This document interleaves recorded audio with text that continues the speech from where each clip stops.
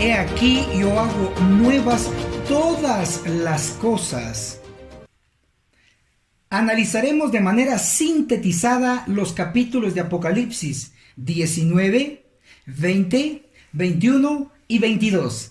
Apocalipsis capítulo 19 contiene la descripción de la boda del Cordero y la destrucción de la bestia y del falso profeta y del resto del mundo no arrepentido. Apocalipsis capítulo 20 contiene la descripción del milenio. Apocalipsis capítulo 21 contiene la descripción de la tierra hecha nueva y de la nueva Jerusalén. Apocalipsis capítulo 22 contiene la descripción del trono de Dios y del río de la vida. Y termina con amonestaciones contra los que hacen interpretaciones privadas del Apocalipsis, ya sea añadiéndole o quitándole para sus teorías. La restricción contra quitar o añadir al Apocalipsis muestra que el Apocalipsis es completo. Analicemos Apocalipsis 19, la boda del Cordero. Apocalipsis 19, el verso 7 nos dice: gocémonos, alegrémonos y démosle gloria, porque ha llegado la boda del Cordero y su novia se ha preparado. De acuerdo a este texto, el Cordero, es decir, Cristo, es el novio. Pero ¿quién es la novia? Leamos Apocalipsis capítulo 21, el verso 9, la última parte. Ven y te mostraré la novia, la esposa del Cordero. Verso 10. Me llevó en espíritu a un grande y alto monte y me mostró la gran ciudad santa, la Jerusalén, que descendía del cielo de Dios. La novia es la ciudad santa, Jerusalén. Comprobémoslo con el espíritu de profecía. En el libro El conflicto de los siglos, en el capítulo 25, en la página 479, nos dice: salta pues a la vista que la esposa representa la ciudad santa. Entonces, tanto la Biblia como el espíritu de profecía comprueban que la novia es la ciudad santa, Jerusalén. Veamos ahora los invitados. Leamos Apocalipsis capítulo 19, el verso 8. Y le fue dado que se vista de lino fino, limpio y resplandeciente, porque el lino fino representa las obras justas de los santos. Verso 9. Y él me dijo: escribe, dichosos los llamados a la cena de la boda del Cordero. Pero la Biblia de las Américas traduce así: bienaventurados los que están invitados a la cena de la boda del Cordero. Es decir, los santos del versículo 8 son los invitados del versículo 9. Los invitados representan a los santos, al pueblo de Dios. También el espíritu de profecía lo avala. Para ello leamos El conflicto de los siglos, el capítulo 25, Jesucristo nuestro abogado. En la página 480 nos dice: en el Apocalipsis el pueblo de Dios lo constituyen los invitados a la cena de las bodas. ¿Está claro? Ahora veamos qué representa la boda. Apocalipsis capítulo 19, el verso 7. Gocémonos, alegrémonos y démosle gloria, porque ha llegado la boda del Cordero. Veamos lo que dice el espíritu de profecía en el libro El conflicto de los siglos, capítulo 25, Jesucristo nuestro abogado, en la página 479. La boda representa el acto de ser investido Cristo de la dignidad de rey. El hecho de Cristo ser investido como rey implica que Cristo es coronado y recibe un reino. Y un reino contiene su capital, su metrópoli. Vamos a leer Apocalipsis capítulo 21, el verso 2, y nos dice: y yo, Juan, vi la santa ciudad, la nueva Jerusalén, que descendía del cielo de Dios. Entonces, la capital del reino que Cristo va a recibir es la nueva Jerusalén. Cristo como rey se casa con su capital, la nueva Jerusalén. Ahora veamos que Cristo recibirá su reino antes de la segunda venida. Para ello podemos leer lo que nos registra Lucas capítulo 19, el verso 12. Dijo: un hombre noble, es decir, Cristo, se fue a un país lejano, el cielo, a recibir un reino y volver. Cristo primero recibe en el cielo el reino y luego viene en su segunda venida. Y lo recibirá en el lugar santísimo del santuario celestial. Para ello leamos lo que dice Daniel capítulo 7, el verso 9. Mientras yo miraba, fueron puestos tronos y un anciano de muchos días se sentó. Veamos el comentario del espíritu de profecía.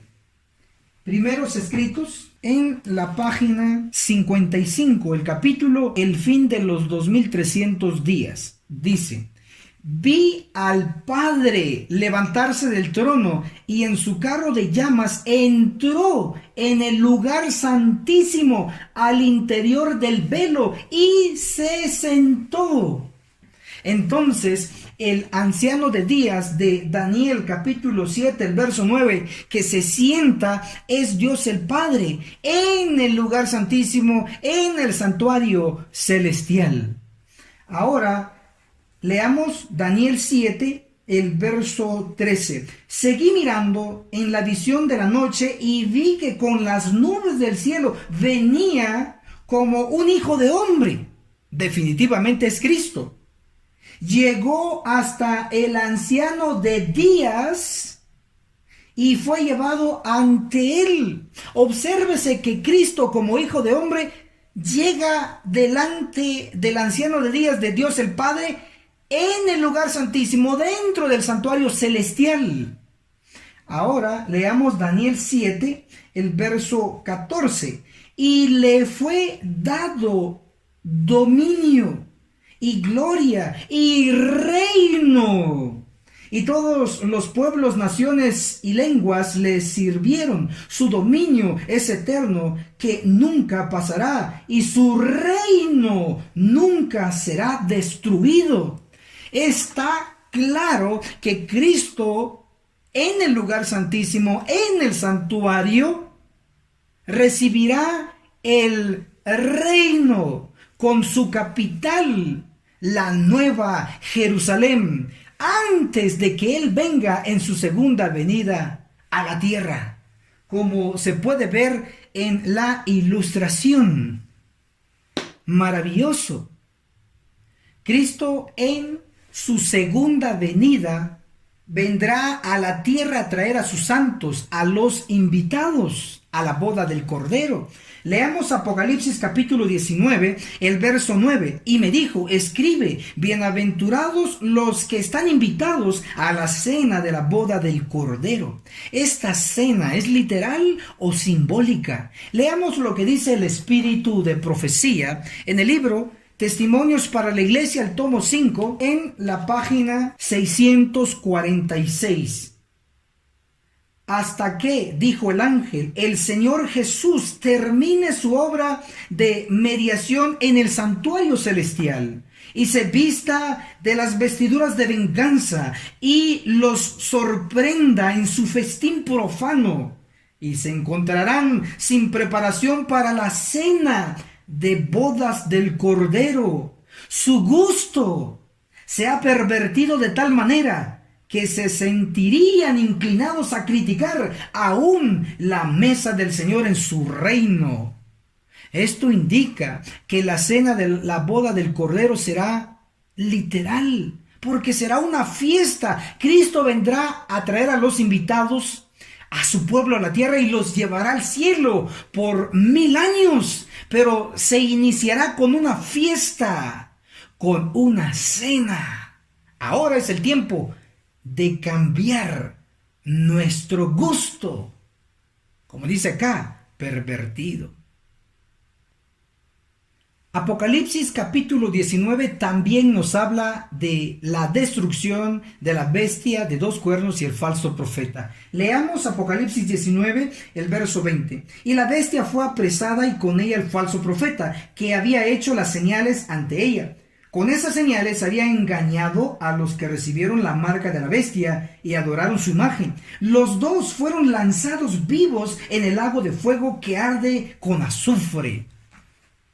La bestia de 2 cuernos y el falso profeta, según la profecía, serán lanzados en un lago de fuego. Debe observarse que Apocalipsis capítulo 19 contiene eventos antes del milenio. Por lo tanto, este lago de fuego donde serán lanzados la bestia de 2 cuernos y el falso profeta existirá poco antes de que inicie el milenio. Y este será un ejemplo del lago de fuego después del milenio. En la teología le llamamos tipo y antitipo. Pero obsérvese que no todos los impíos del mundo serán destruidos en el lago de fuego antes del milenio, sino que solo la bestia y el falso profeta. Sigamos leyendo Apocalipsis capítulo 19, el verso 21. Y los demás, dice mi versión. Sin embargo, en la versión que usó Elena G. de White, la versión King James, dice: y el remanente fueron muertos con la espada que salía de la boca del que estaba sentado sobre el caballo, y todas las aves se hartaron de su carne. Dice el remanente, es decir, lo que quedó de los impíos, los que no fueron lanzados juntos con la bestia y el falso profeta, los que quedaron de impíos en el mundo, serán muertos con, dice acá, la espada que salía de la boca del que estaba sentado sobre el caballo. Y el que está sentado sobre el caballo es Cristo, el Rey de Reyes y Señor de señores, en su segunda venida. Él matará al resto de los impíos en su segunda venida. Y eso también se puede comprobar con segunda de Tesalonicenses capítulo 2, el verso 8, donde nos dice que el inicuo será muerto con el aliento de su boca y con el resplandor de su venida. Apocalipsis capítulo 19 del verso 11 al verso 16 nos describe bajo una ilustración la segunda venida de Cristo, bajo el jinete y el caballo blanco. Esto nos muestra que en la segunda venida de Cristo se exterminará, se eliminará a todos los impíos antes del milenio, y durante el milenio no habrá ningún impío vivo, y los santos serán trasladados al cielo. Por lo tanto, la tierra quedará desolada y vacía. Ahora analicemos Apocalipsis capítulo 20, el milenio, los 1000 años, en profecía y en revelación. Primero analicémoslo en profecía. Para ello leamos Jeremías, el capítulo 4, el verso 23. Miré la tierra y estaba sin forma y vacía, y el cielo estaba sin luz. Esto nos recuerda Génesis, el capítulo 1, el verso 2, donde nos dice que la tierra estaba desierta y vacía y en tinieblas. Justo otra vez la tierra regresará a su estado original, como lo dice Jeremías 4:23, y miré la tierra, estaba sin forma y vacía, y el cielo estaba sin luz, es decir, en tinieblas. Jeremías capítulo 4, el verso 26, miré y la tierra fértil era un desierto, y todas sus ciudades estaban en ruinas ante la presencia del Eterno, ante el furor de su ira. La frase ante la presencia del Eterno, ante el furor de su ira, nos está implicando la segunda venida de Cristo a destruir con ira a los impíos del mundo. Primera de Tesalonicenses 4:16 nos dice que el Señor descenderá del cielo. Segunda de Tesalonicenses capítulo 2, el verso 8 nos dice que se manifestará el inicuo, a quien el Señor matará con el aliento de su boca y con el resplandor de su venida. Isaías, el capítulo 11, el verso 4, en la última parte nos dice: y con el aliento de sus labios matará al impío. Cristo en su segunda venida exterminará a todos los impíos de la tierra. Así es como la tierra quedará vacía. Jeremías 4, el verso 25, miré y no había un solo hombre, y todas las aves del cielo se habían ido, ni un solo hombre durante los 1000 años. La tierra estará vacía. Los impíos que han muerto y los impíos que morirán en la segunda venida de Cristo serán juzgados. Para ello analizaremos el juicio de los impíos. Está registrado en Apocalipsis capítulo 20, el verso 4. Nos dice: y vi tronos, está en plural, varios tronos. Apocalipsis 20, el verso 11 nos dice: entonces vi un gran trono blanco y al que estaba sentado sobre él. Este trono es especial y se le llama el gran trono blanco, porque es de Dios, es el trono que se usará en el juicio de los impíos. A diferencia que en este juicio participarán todos los redimidos de todas las edades. Leamos para ello Apocalipsis 20, el verso 4. Y vi tronos, y se sentaron sobre ellos los que recibieron autoridad para juzgar. Y vi las almas de los decapitados por el testimonio de Jesús y por la palabra de Dios, que no habían adorado a la bestia ni a su imagen, ni habían recibido la marca en su frente ni en su mano. Estos volvieron a vivir y reinaron con Cristo 1000 años. Todos estos fieles que murieron serán resucitados y estarán con Cristo durante 1000 años. Esto implica que el juicio de los impíos será durante los 1000 años. Apocalipsis capítulo 20, el verso 2 nos dice: prendió al dragón, esa serpiente antigua que es el diablo y Satanás, y lo ató por 1000 años. Mientras el juicio se estará llevando en el cielo, durante los 1000 años, en la tierra, Satanás estará atado y la tierra será para él como una prisión. Los 1000 años, ¿cuántos días son? Considerando que un año bíblico son 360 días. Pero como tenemos 1000 años, entonces hagamos esta pequeña operación. 1000 años por 360 días, igual 360,000 días. Son muchos días. Leamos lo que nos dice el profeta Isaías en el capítulo 24, el verso 22, y serán amontonados como se amontona a los encarcelados en mazmorra, es decir, en pozo, y en prisión quedarán encerrados y serán visitados después de muchos días. Sí, todos los impíos van a morir, pero luego serán visitados después de muchos días. ¿Cuántos días son? 360,000 días. En años son 1000 años exactos. Apocalipsis capítulo 20, el versículo 7 nos dice: cuando se cumplan los 1000 años, Satanás será suelto de su prisión. Apocalipsis 20:13, después de que se terminen los 1000 años, y el mar dio los muertos que estaban en él, y la muerte y el sepulcro dieron los muertos que estaban en ellos. Resucitarán los impíos. Por eso dice que después de muchos días los impíos serán visitados, porque serán resucitados para luego ser quemados en el lago de fuego. La segunda vida de los impíos durante 100 años.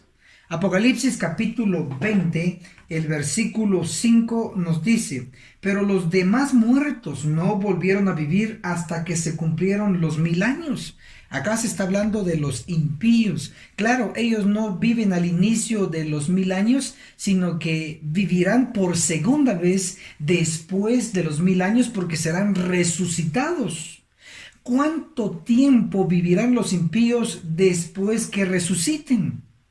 Para tener una respuesta correcta y con evidencia presentada de la Biblia y del Espíritu de Profecía, analizaremos el punto de los niños entre los santos y los niños entre los impíos. Hagamos la diferencia.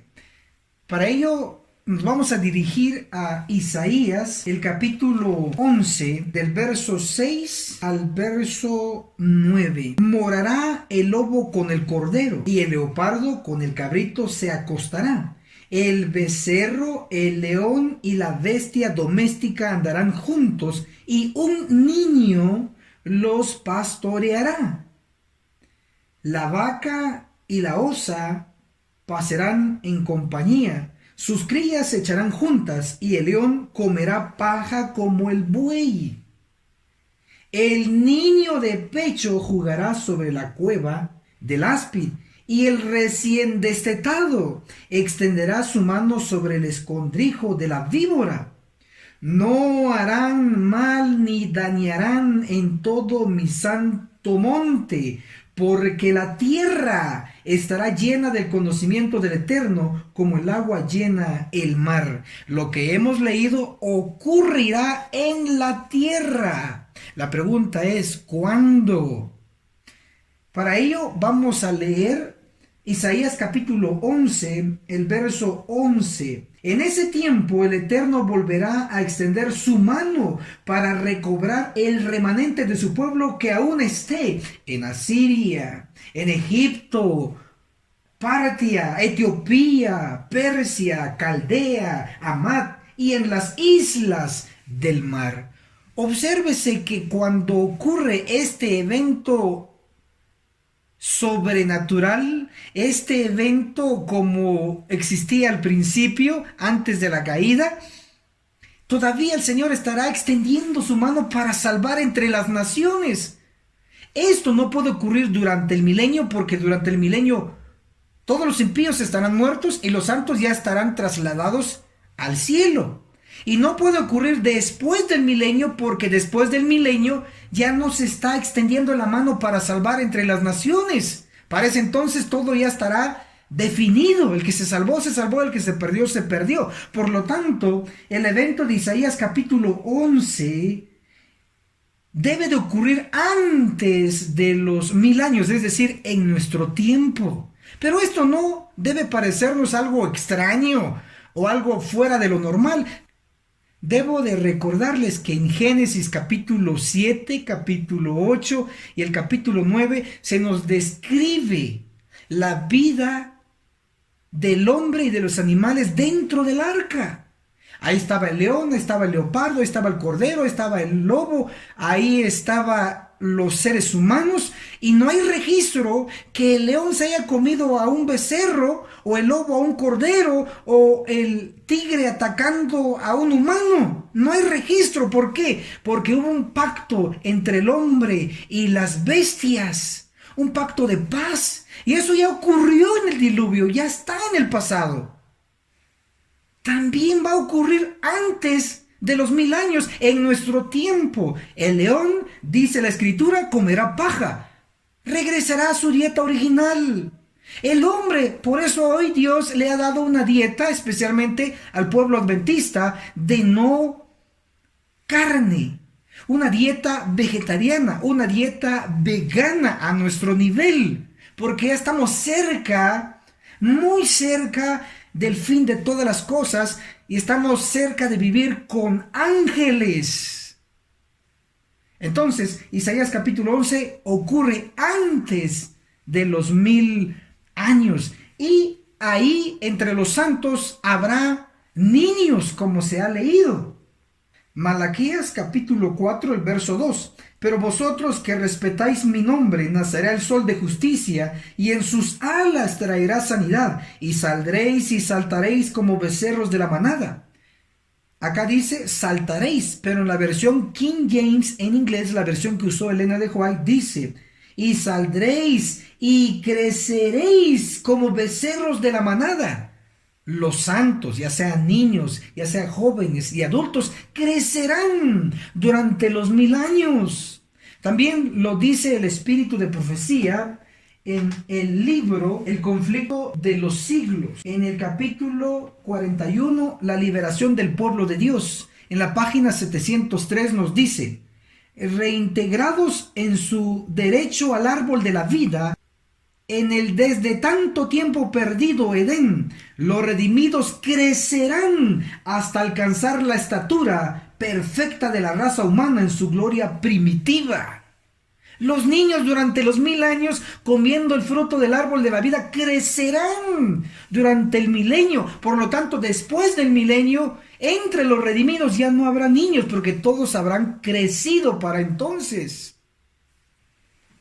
Por si fuera poco, el espíritu de profecía nos dice claro que después de los 1000 años en la tierra nueva no habrá nacimientos de niños. Leamos lo que dice el espíritu de profecía en el libro Mensajes Selectos tomo 1, en el capítulo Enseñanzas Especulativas, en la página 203 nos dice, hay quienes hoy día expresan su creencia de que habrá casamientos y nacimientos en la tierra nueva, pero los que creen en las escrituras no pueden aceptar tales doctrinas.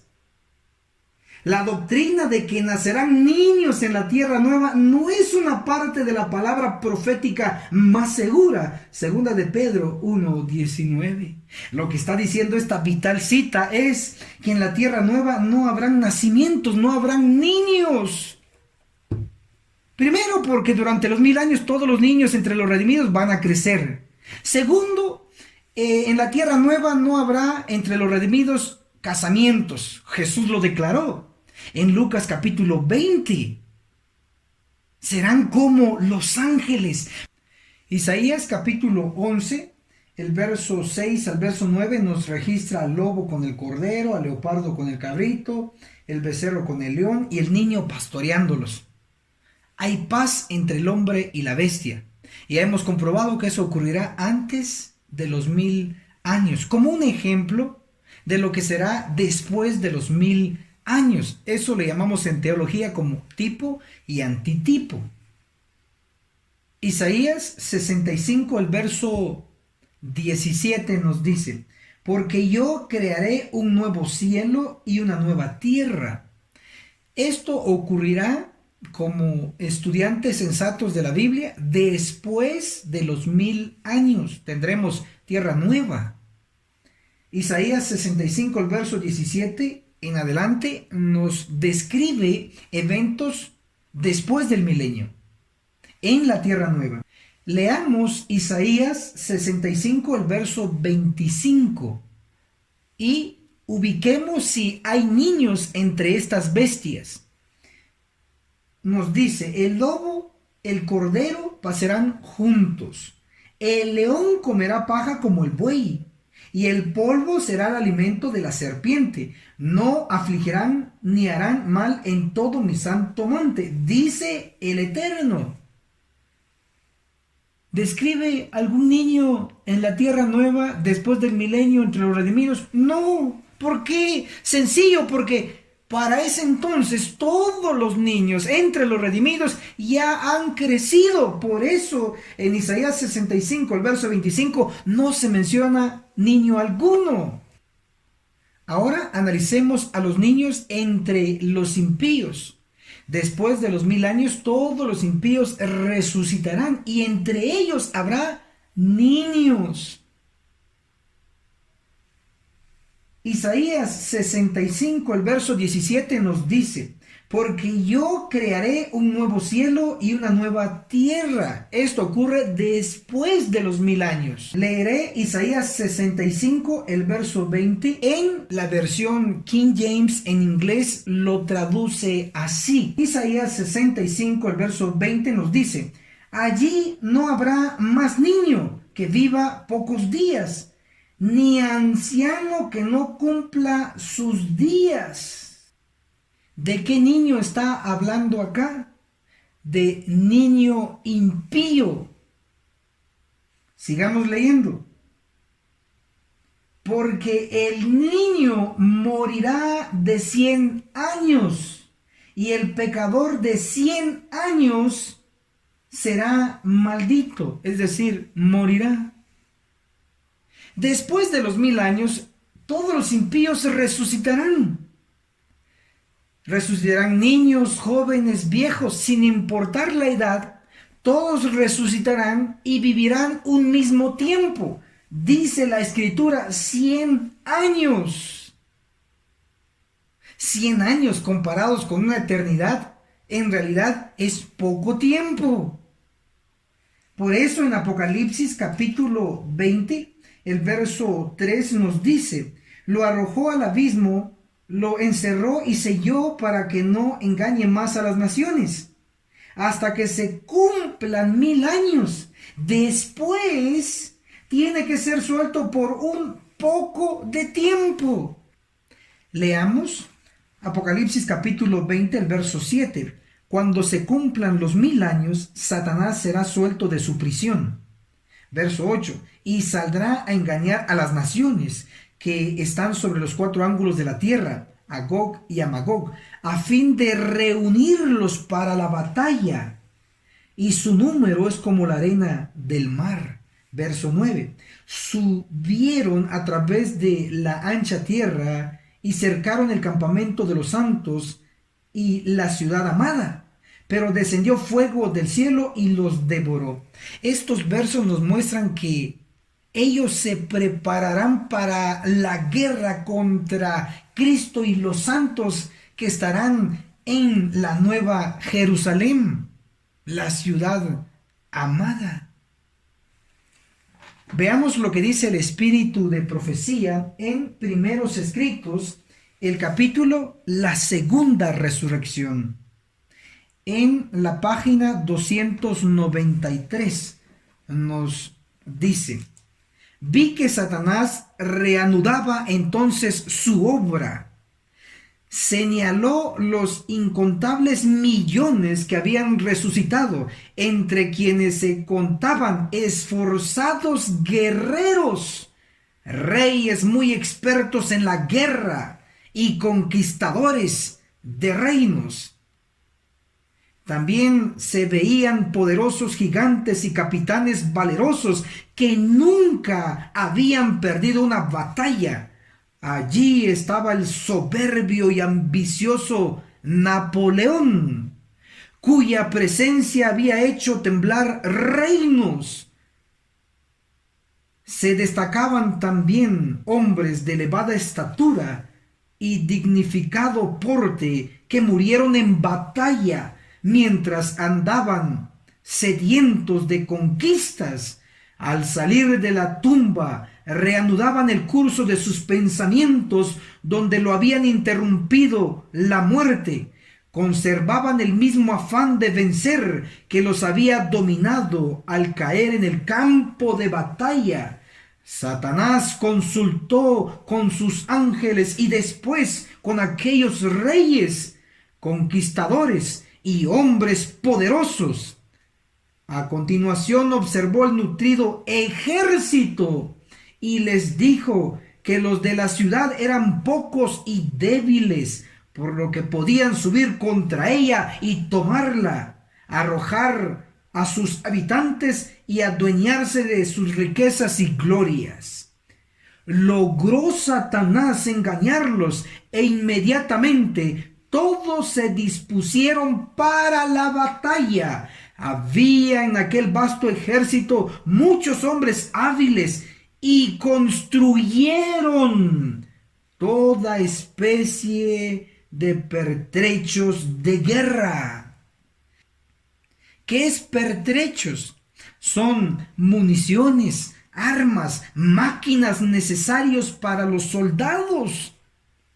Recordemos que todos los impíos solo resucitarán con su cuerpo débil y enfermizo, pero no resucitarán con sus armas, con sus tanques de guerra, con sus metralletas, con sus bombas. No, ellos tendrán que empezar desde cero. Por eso la inspiración nos muestra que habrá un periodo, un tiempo donde ellos se prepararán para la batalla contra la Nueva Jerusalén, y la profecía nos señala que es un poco de tiempo, 100 años, y entonces, y solo entonces atacarán y después serán eliminados en el lago de fuego, como lo dice Apocalipsis capítulo 20 en el verso 14, y la muerte y el sepulcro fueron lanzados en el lago de fuego. Esta es la segunda muerte. Todos serán eliminados, incluyendo Satanás. También será lanzado en el lago de fuego. Apocalipsis 20, el verso 10 nos dice: y el diablo que los engañaba fue lanzado en el lago de fuego y azufre. Correrá la misma suerte. Analicemos el nuevo sistema solar. Leamos Apocalipsis capítulo 21, el verso 5. Entonces el que estaba sentado en el trono dijo: yo hago nuevas todas las cosas. Apocalipsis 21, 1. Entonces vi un cielo nuevo y una tierra nueva. Un cielo nuevo está hablando en singular. Sin embargo, las escrituras hablan de cielos nuevos en plural. Cielos. Leamos lo que dice la palabra de Dios en Salmos capítulo 102, el verso 25. En el principio tú fundaste la tierra y los cielos son obra de tus manos. El verso 26, ellos perecerán, pero tú permaneces. Todos ellos, como un vestido, se envejecerán. Los cielos, en plural, dice que van a envejecer, se van a hacer viejos. Leamos lo que dice ahora la palabra de Dios en segunda de Pedro, el capítulo 3, el verso 10. Pero el día del Señor vendrá como ladrón, entonces los cielos desaparecerán.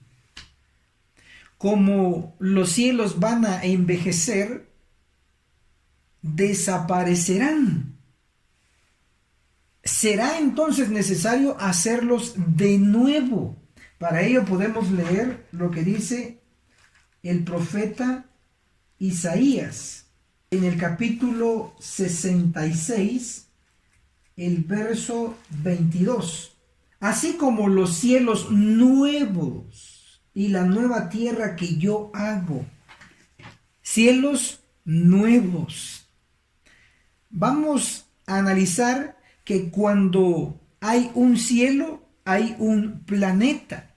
Por ejemplo, Apocalipsis capítulo 21, el verso 1 dice que el Señor hará un cielo nuevo y una tierra nueva. Hay un cielo, hay un planeta. Si hay cielos, hay planetas, varios.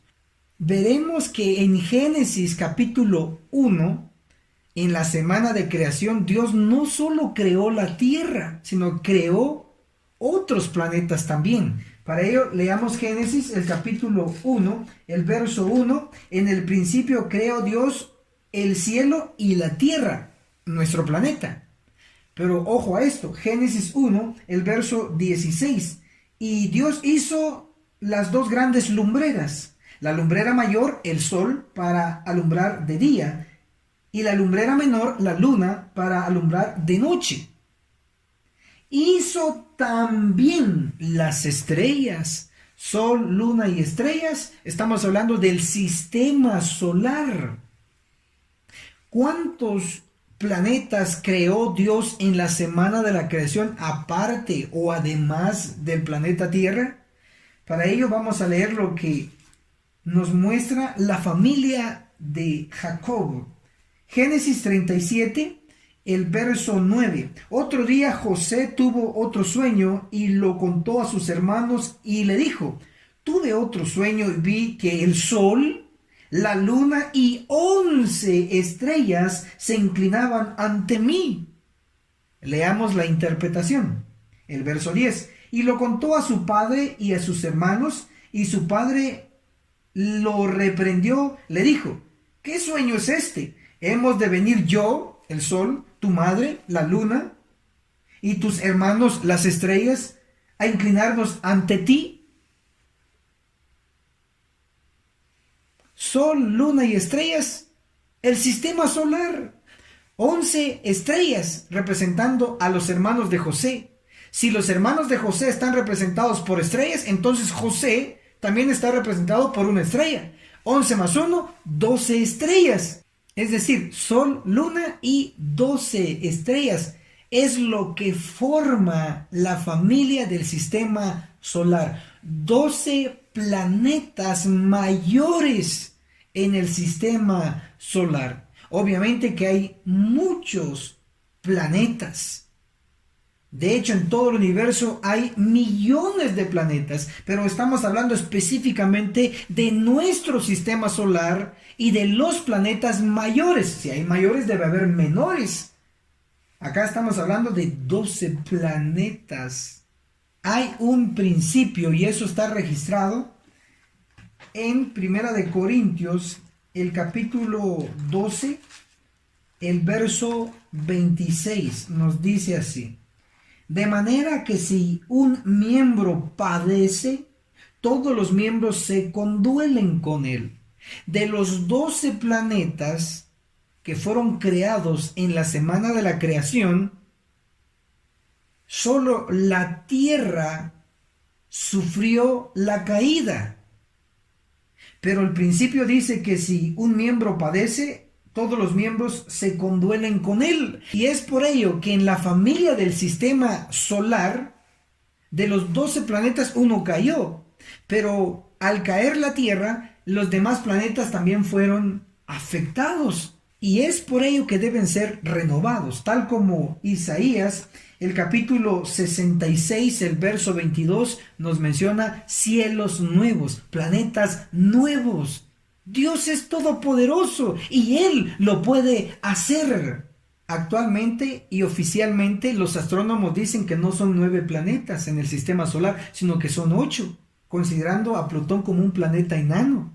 Sin embargo, hay otro grupo de astrónomos que defienden la posición de que son 12 planetas porque han descubierto otros. Yo no me quedo con la posición de los astrónomos, yo me quedo con la posición de la palabra de Dios que dice que son 12 estrellas, 12 planetas en el sistema solar y serán restaurados también. Ahora analicemos el mar en la tierra nueva. Apocalipsis capítulo 21, el verso 1 tiene 2 secciones. La primera sección está hablando de lo nuevo y la segunda sección está hablando de lo viejo. Leamos la primera sección, Apocalipsis 21:1. Entonces vi un cielo nuevo y una tierra nueva. Está hablando de la renovación de nuestro planeta. La segunda sección, hablando de lo viejo, dice: porque el primer cielo y la primera tierra, que serían los viejos, habían desaparecido. y el mar ya no existía más. Claro, el mar viejo ya no existía más. Juan ya no lo vio. Leeremos en el espíritu de profecía sobre el punto.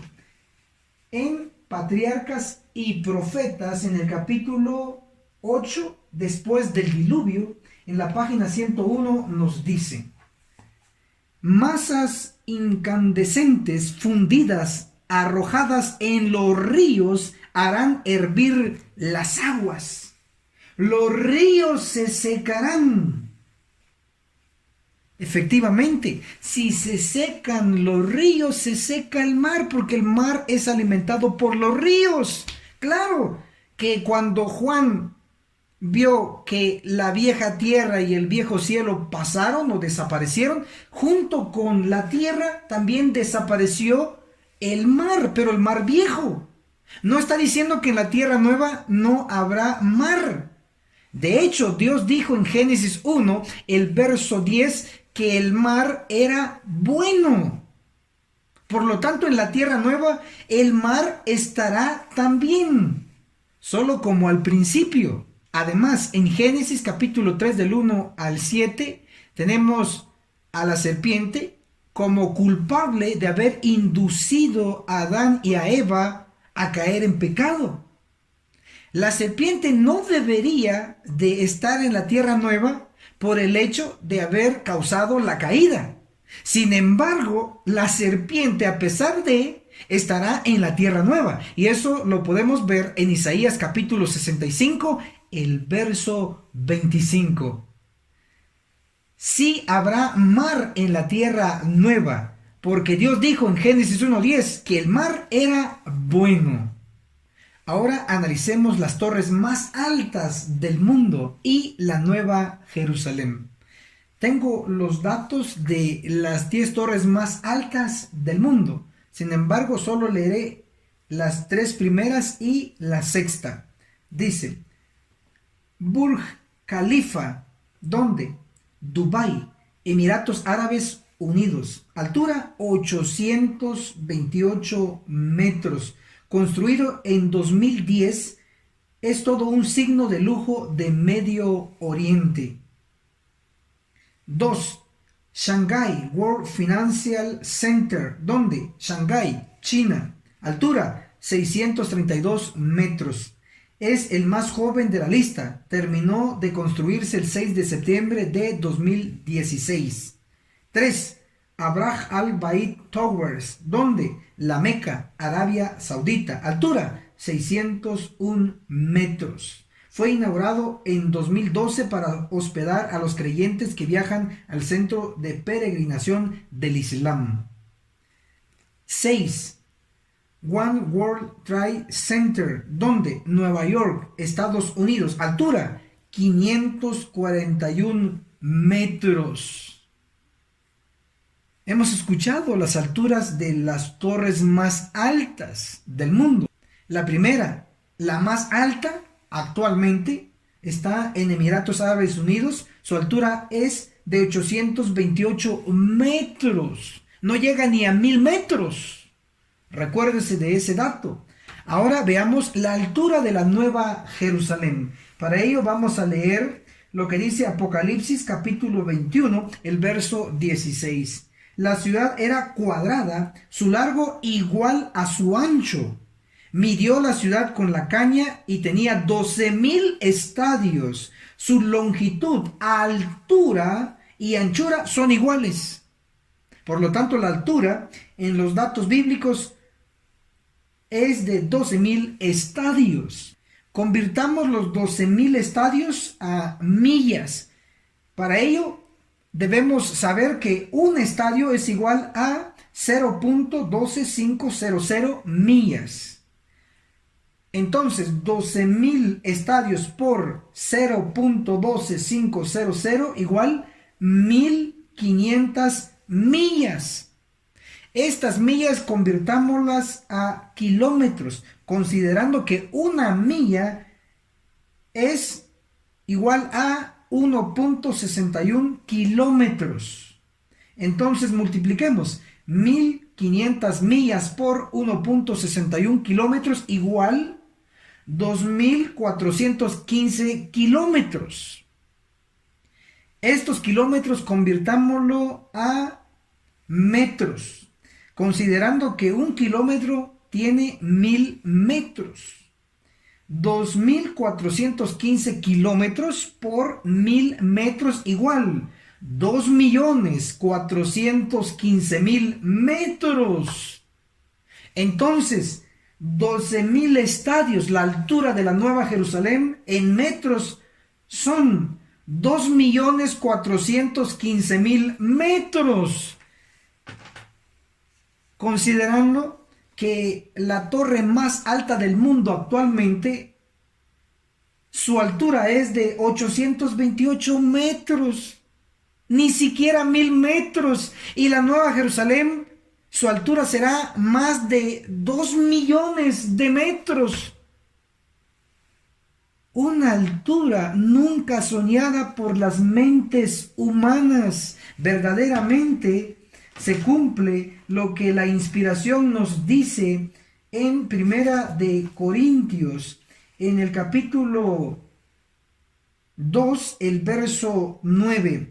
Antes, como está escrito, cosas que ojo no vio, ni oído oyó, ni han subido en corazón humano, son las que Dios ha preparado para los que le aman. Maravilloso. Esforcémonos, vale la pena. Del trono de Dios y del Cordero sale el río de la vida. De un lado al otro lado del río está el árbol de la vida. Si identificamos dónde está el árbol de la vida, ubicaremos el trono de Apocalipsis 22:1. Para ello vamos a leer Apocalipsis capítulo 2, el verso 7. Y el que tiene oído, oiga lo que el Espíritu dice a las iglesias. Al que venza le daré a comer del árbol de la vida, que está en medio del paraíso de Dios. Entonces, el trono de Apocalipsis 22:1, que es uno de los fijos, está en medio del cielo. Es el trono donde Dios, el Padre y Cristo gobiernan el universo. Ahora veamos el segundo trono fijo. Apocalipsis capítulo 4, el verso 2. Al instante fui en espíritu y vi un trono en el cielo y uno sentado sobre él. Daniel 7, el verso 9 nos muestra que el que está sentado en el trono es Dios el Padre, el anciano de días.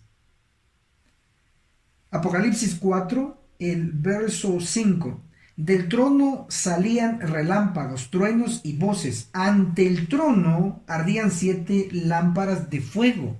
Estas 7 lámparas forman un candelabro.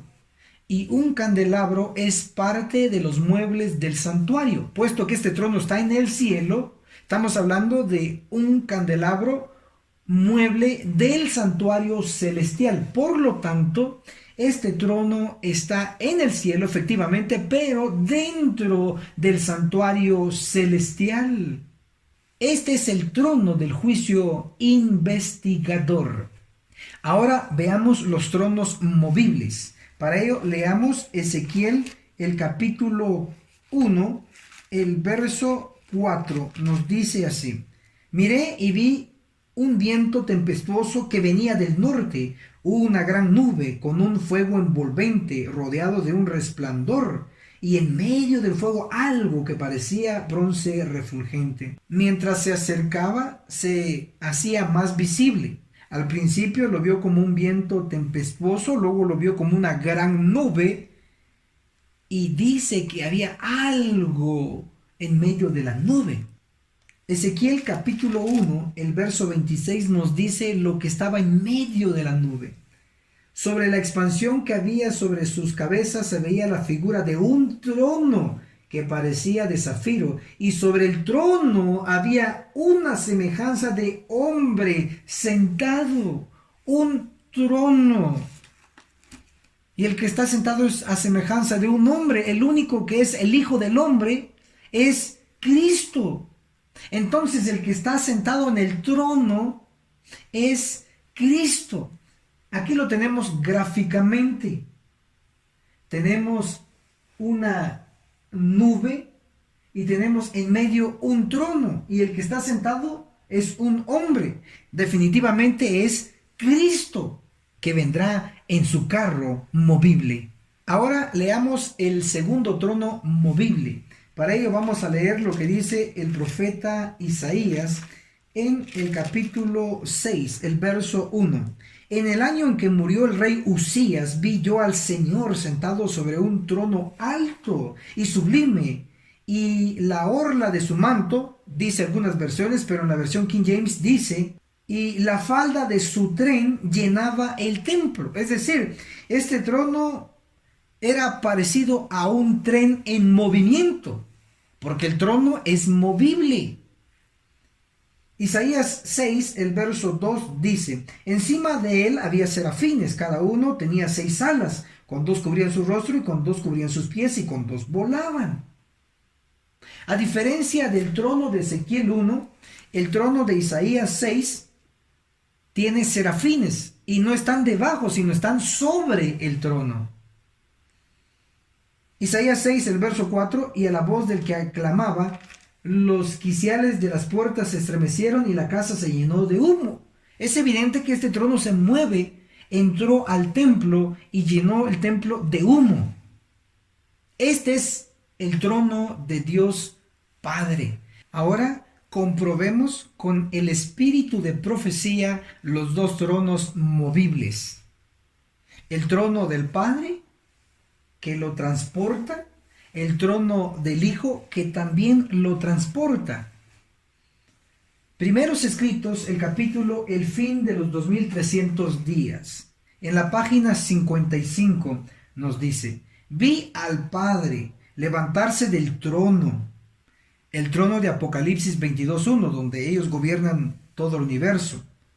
Y en un carro de llamas entró en el lugar santísimo al interior del velo y se sentó. ¿Notan que él tiene su transporte? Aquí le llama un carro de llamas. Este es el trono de Isaías 6. Luego nos dice, después de esto un carro de nubes, cuyas ruedas eran como llamas de fuego, llegó rodeado de ángeles a donde estaba Jesús. Él entró en el carro y fue llevado al lugar santísimo, donde el Padre estaba sentado. Observamos también que Cristo tiene su transporte, y le llama acá al espíritu de profecía un carro de nubes. Este transporte es el que describe el profeta Ezequiel en el capítulo 1, el transporte de Cristo. Definitivamente Dios es un Dios de orden, y Cristo en el Apocalipsis, al darnos la restricción de no añadir y no quitar a su libro, nos indica que el Apocalipsis es un libro completo. Esforcémonos con todo el poder que Dios nos ha dado y nos veremos en la cumbre del Monte Sión. Hasta la próxima.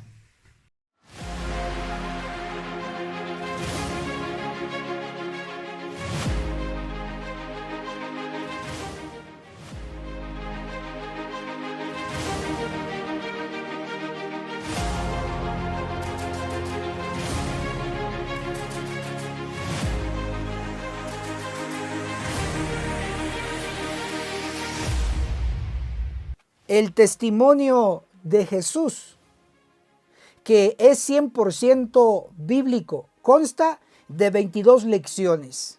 Daniel, el perfecto arte profético, donde su servidor explica capítulo por capítulo de dicho libro profético. Apocalipsis, el perfecto arte profético. El autor, su servidor, ministro Enoc Martín, donde explico capítulo por capítulo del libro de Apocalipsis.